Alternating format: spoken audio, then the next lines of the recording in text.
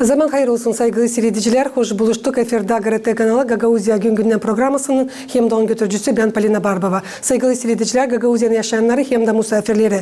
Bugün Kasım ayının 14'ünde bütün dünyada bakılır şeker hastalığından güreşme günü. Bu sefer onu hani insanların sayısı bu hastalıktan büyür.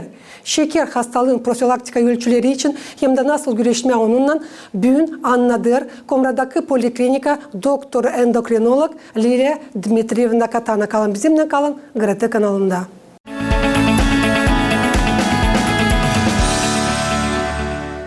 Скажите, пожалуйста, насколько, что это за заболевание для людей, не знающих, и как обнаружить его, собственно говоря, как человек может почувствовать, что что-то не так, и понять, что это действительно у него диабет? Сахарный диабет – это эндокринно-обменное заболевание, при котором поражается поджелудочная железа, и вследствие этого не выделяется инсулин. А инсулин – это как энергия для клеток, чтобы они работали. Бывает, что инсулина вообще нету, и бывает, когда он выделяется в небольшом количестве. То есть диабет первого типа, больше касается молодых, и диабет второго типа, более взрослые люди, больше 45 лет. Во всем мире заболеваемость диабетом растет. Это пандемия 21 века, болезнь цивилизации, из-за чего возникает диабет. Малоподвижный образ жизни, высококалорийное питание и низкая физическая активность. Конечно же, увеличивается и продолжительность жизни, потому что чем старше возраст, тем заболеть диабетом большая вероятность. Физическая активность. Наша жизнь становится все легче. Стараемся пылесосы, меньше машинки, автоматы, меньше двигаемся. Естественно, тоже физическая активность влияет на возникновение диабета. Депрессии, стрессы, социальная изоляция в старости, большой вес, индекс массы тела больше 25-30 килограмм, объем талии у женщин больше 88 у женщин, у мужчин объем талии 94-102 норма, выше 102 сантиметра. Диабет на сегодняшний день, заболеваемость диабетом составляет примерно 590 миллионов больных. А ожидается к 2040 году, что будет почти 700 миллионов больных. Каждый на одного диагностированного больного сахарным диабетом есть и недиагностированный. А это плохо, потому что сам диабет влияет возникает сосудистые осложнения. Инфаркты, инсульты, слепота, со стороны почек осложнения. Как человек может понять, что с ним что-то не в порядке, и прийти к эндокринологу, чтобы сдать этот анализ? В основном больные с первым типом, у них болезнь протекает более остро. Сухость во рту, жажда, учащенное мочеиспускание, снижение веса. Склонность к инфекциям. Диабет первого типа протекает, клиника более выраженная. Диабет второго типа может протекать в течение 5 лет более скрыто, человек может даже не знать. Нужно определить уровень сахара в крови. Диагностика сахарного диабета не является сложной. Надо сдать кровь на сахар. Норма сахара 5,5, 3,3, 5,5. Уже что будет выше, если с глюкометром, то что выше 6,1, это уже будет сахарный диабет. А если в плазменной крови, то 7,0 и выше тоже уже манифестный сахарный диабет. Человек узнал, что у него сахарный диабет. Можно ли жить с этим заболеванием параллельно и быть таким же активным, собственно говоря, не меняя качество жизни? Сахарный диабет – это не приговор, это образ жизни. И больные с первым типом, которые получают инсулин, и больные с сахарным диабетом второго типа, которые получают, где диета, таблетки плюс инсулин, они просто уже меняют свой стиль и образ жизни, то есть диета, режим физической активности и уже медикаментозное лечение. Это такой же, просто мы немножко адаптируемся к этому заболеванию и проверяемся и лечимся, потому что здесь зависит и от врача, и от самого пациента. Управлять диабетом должен и врач, и пациент. Если говорить о том, что препараты, естественно, будет назначать врач больному диабетом, то его рацион зависит в основном от него. Вот для людей, не знающих, что именно нужно исключить из своего рациона для того, чтобы чувствовать себя лучше? Ну, в первую очередь нужно исключить все, что с муки высшего сорта. Хлеб, хлебобулочные изделия, макароны. Макароны можно твердые сорта. Макароны, булочки, всякие вот эти печенье, конфеты, варенье, повидло, сладкие компоты. Все, что сладкое, все, что мучное, и все, что жирные сорта мяса мы тоже исключаем. Ну, что можно? Допустим, мы им говорим, кушайте без ограничений. Овощи, фрукты, капуста, кабачки, синие, горошек, помидоры, огурцы. То, что есть в наших условиях. Грейпфрукт мы разрешаем, киви можно им. Бананы мы говорим уже так, кусочек банана, потому что сам банан сладкий, мы не очень-то рекомендуем банан. Но если очень захочется, там маленький кусочек можно. Дальше идем мясные изделия. Мясное запрещаем свинину, утку, гусь. Мы можем разрешить маленький кусочек грудинки. Мясо в основном низкожирные сорта. Телятина, говядина, крольчатина, рыба нежирных сортов, молочные продукты, творожочек менее 5%, сыр менее 30%, сметану в очень ограниченном количестве, сливочное масло, если только утром на бутербродик намазать. Особо увлекаться им тоже нельзя, потому что жиры мы не рекомендуем. При сахарном диабете жиры должны быть в ограниченном количестве, особенно животные. Растительные тоже немножко ограничиваем. Растительное масло, допустим, для заправки салатов, но не наливаем там без чуть-чуть, чайную ложечку или в зависимости от порции. Скажите, бобовые один раз в неделю, чечевица, фасоль. Человек, который обнаружил у себя, диагностировали ему сахарный диабет, если мы говорим, допустим, чаще мы сталкиваемся, скорее всего, со вторым типом, либо это равная степень. Со вторым типом. Чаще всего сталкиваемся со вторым типом. Им болеет 5-10% населения. У нас в районе цифра выходит почти 3000 населения в Камрадском районе. А с первым типом у нас есть 62 или 63 пациента. Из них детей 13, которые полностью на инсулине. Но опять же, это не приговор. А вся Гагаузия? У меня таких цифр нет. Я не располагаю. Я больше Камрадским районом. Скажите, в принципе, все равно 5-10% населения от общего числа. Но потому что это берется общая такая. А то, что приходят на учет, это одно. А сколько, которые не диагностированы и не обращаются, и люди заняты, люди не успевают. Кто как. Скажите, вот у человека обнаружили диабет. Ему необходимо в том числе иметь глюкометр и ежедневно проверять? Сахар может ли скакать вообще изо дня в день?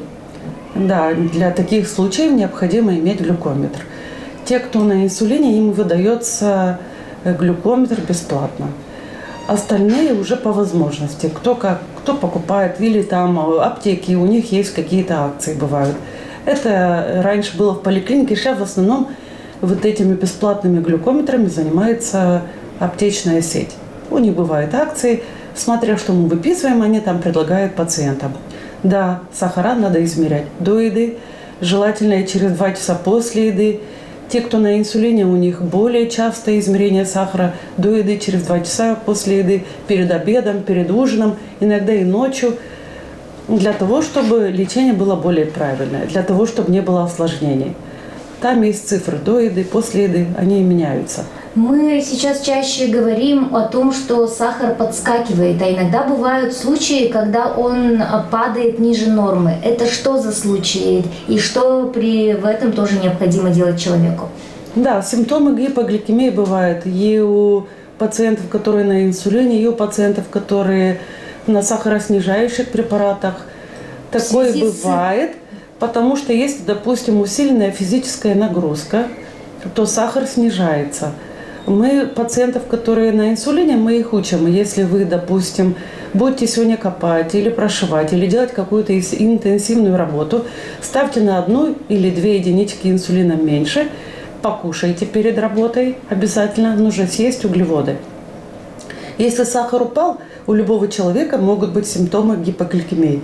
Когда мы вот долго не кушаем, нас кидает в пот, дрожь, слабость, то что нужно в таких случаях? Просто съесть, что есть под рукой. Обычно мы говорим, можно 1 бананчик, или сладкий сок, или ложка с медом. Тем пациентам, которые на инсулине, мы так их учим. Вы ходите куда-то, нужно, чтобы в сумке был у вас бутылочка с соком или 1 бананчик.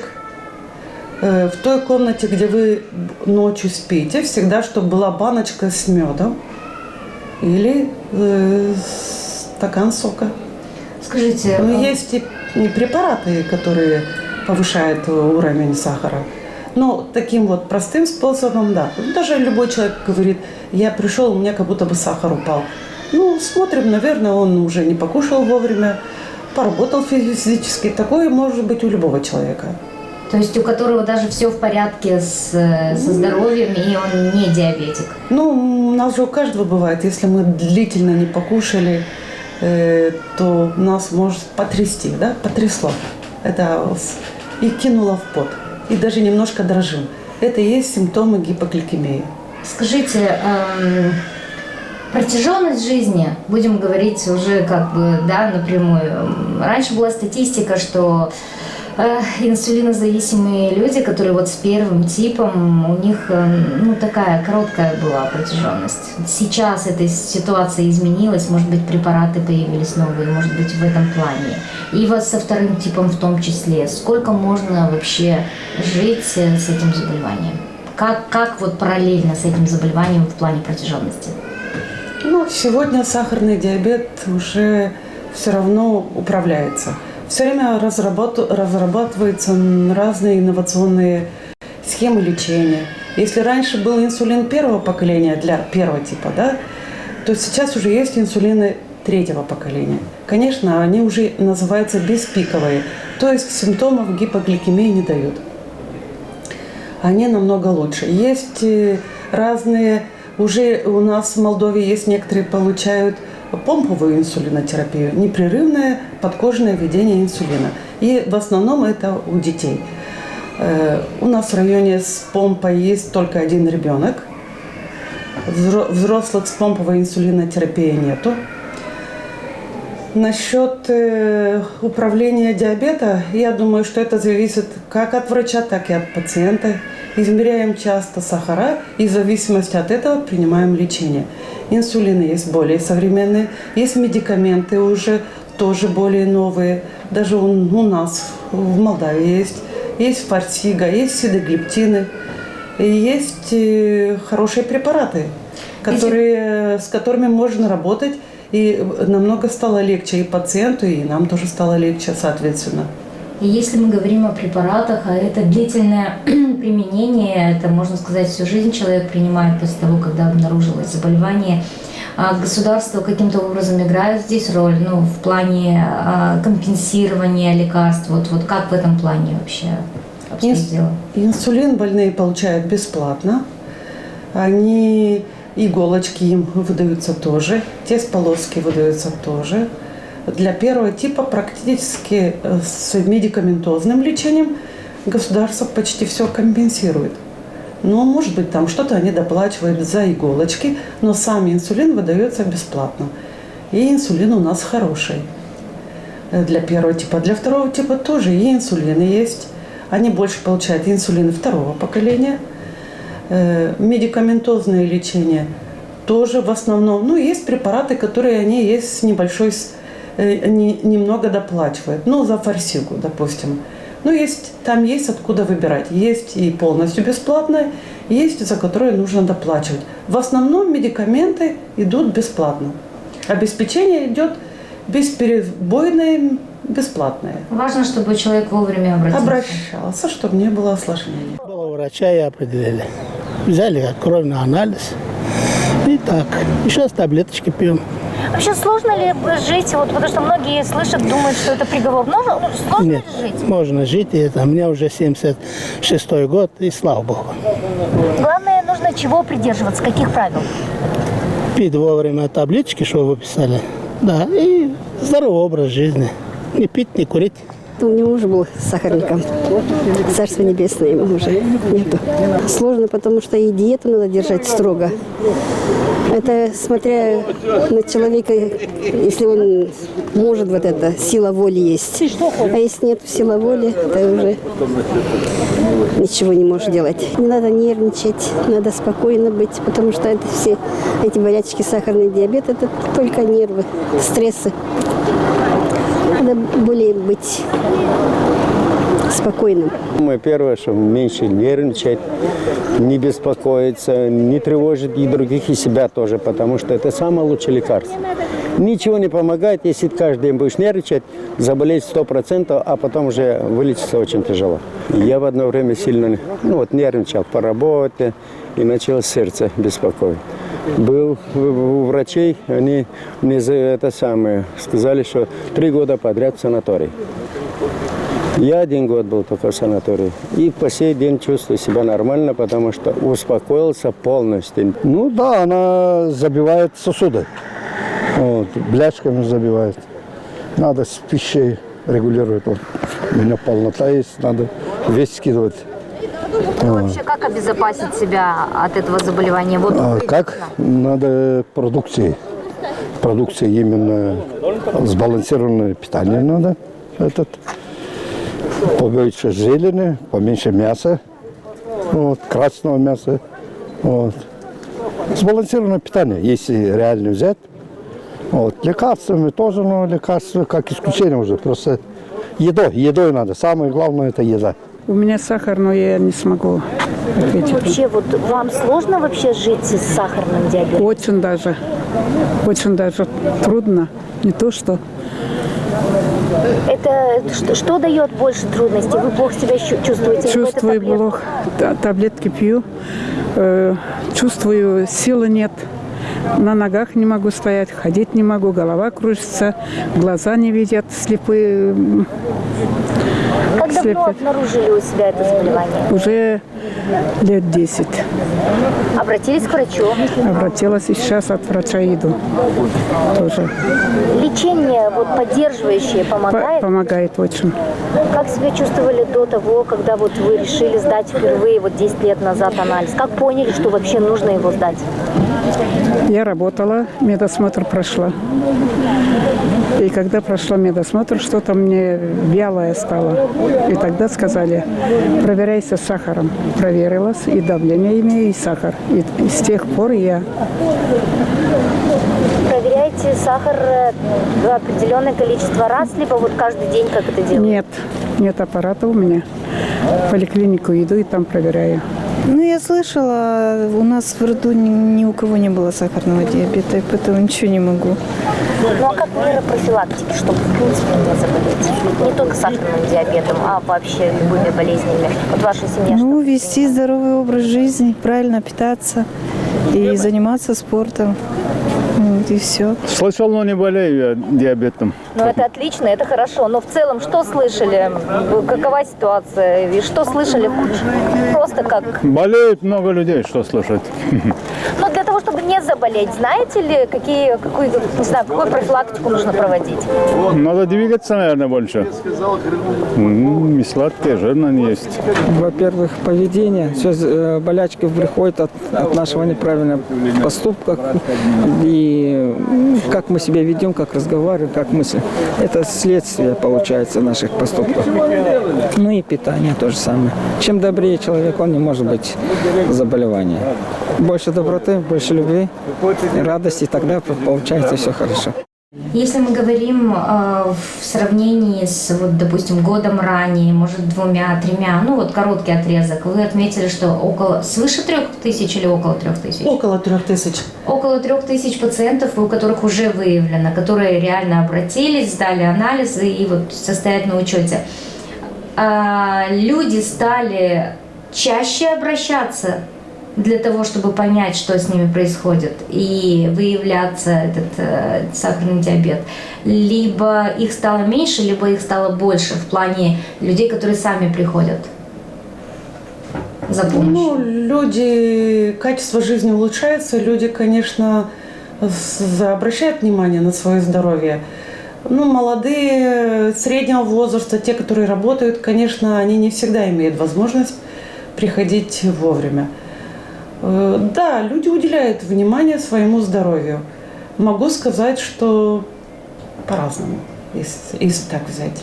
Из нынешних 3000 пациентов возрастной ценз, вот вы отметили, что 60 с лишним человек – это молодые. Первый тип. Первый тип. Вот этот второй тип, возраст в основном, средний показатель с какого возраста отмечается? Вот эти пациенты, которые есть. Выше 45 лет, свыше, более возрастные.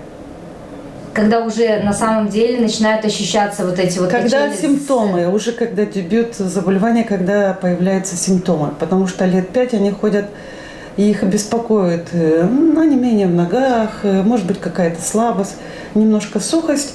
Но никто и не думает, что у них есть сахар. И когда они уже приходят, у них могут быть какие-то уже осложнения. Как бы начальная часть второго типа более протекает скрыто. Это и коварно. Это и коварно, да. Скажите, вот человек пришел, сдал анализ, он получил положительный результат своего анализа. Лечение должно начаться незамедлительно? Ну, конечно. Начинается с диеты и медикаментозное лечение. И, конечно же, режим физической активности. Хотя бы 30 минут в день, 30-60 минут в день должна быть ходьба, плавание, волейбол, езда на велосипеде. Ну, каждый, это индивидуально, каждый как у него что получается, что ему больше нравится. Как часто он при этом должен обращаться к специалисту, к врачу? Для контроля, Для контроля, для коррекции лечения, я думаю, к специалисту, если там уже диабет, там, где сахара выше 10, думаю, что раз в 3 месяца лучше приходить, чтобы лечение было более адекватным. Может, что-то надо добавить, может, что-то надо убрать. Иногда то, что написано год назад, все время все меняется. Диабет – это сложное заболевание. Легкая диагностика, но само по себе заболевание сложное. Потому что, смотрите, сердце, почки, глаза, ноги, инфаркты, инсульты.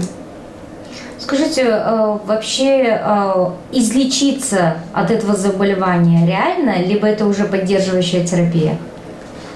Ну, диабет – это уже, если легкая форма, можно только диетой и физическими нагрузками. А в принципе, если есть диабет, то он уже будет всегда. Если кто-то из родственников заболел, допустим, может ли это передаться, не знаю, детям? И по вообще? наследству, да, диабет передается. В 95% случаев он передается. Не всегда, но в основном передается. Скажите, определились ли это, если есть какие-то заболевания, передаются, допустим, только мужскому полу, только женскому, либо это независимо? Здесь прямо таких, четко сказать, от мужского, от женского по-разному бывает. Бывает, что, допустим, смотришь, сын заболел диабет 1 типа, а потом через некоторое время, есть у нас такой случай в Дизгинже, сын заболел, молодой парень, 25 лет, а потом лет через 5 уже вот сейчас и отец болеет диабетом. А потом там еще другие родственники есть тоже 1 типом. Есть генетика, есть. А если в семье никого нет и никогда, не повезло, да, и не было, может ли человек просто от, не знаю, образа жизни заболеть? Если у него повышенный вес, уже играет роль и возраст, объем талии, как мы сказали, низкая физическая активность, стрессы, изоляция, депрессия. Потому что депрессия что делает? Уже физическая пассивность. И переедаешь. А если бороться с этими факторами отрицательными, то все будет хорошо. Можно справиться с диабетом. И вот на этой позитивной ноте, что бы вы могли порекомендовать людям, которые еще не обратились и не так серьезно относятся к своему здоровью, считая, что все, откладывая все на завтра. Ну, определять уровень сахара в крови. Самое главное. И, конечно, нужно двигаться и стараться питаться более правильно. Больше овощей, больше фруктов. Стараться, чтобы полтарелки было овощей. Желательно всегда включать в рацион капусту, чтобы она была.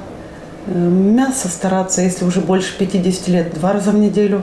Рыбу 2 раза в неделю. Сладкие напитки особо не увлекаться. Вот это быстрая еда, хот-доги, вот это все. Лучше уж какой-то овощ съесть, наверное. Уж на крайний случай легче взять 1 банан съесть, чем съесть тот же хот-дог. Или ту же булочку, или тоже гюзлемя, как у нас многие любят. Лучше купить 1 бананчик съесть. Двигаться надо. Ну, наверное, меньше нервничать надо. Стрессы тоже играют очень большую роль. Тетебир lafların başarız bugünkü Gagauzya güngünün programmasında saygılı seyirciler, Gagauzyan'ın yaşayanları hem de misafirleri tabir sayısım getirmeyesin aklınıza. Hani bugünkü soruşlarımıza cevap etti Komradaki Poliklinikanın doktor endokrinolog Liliya Dmitryevna Katana. Kalın bizimle kalın, GRT kanalında.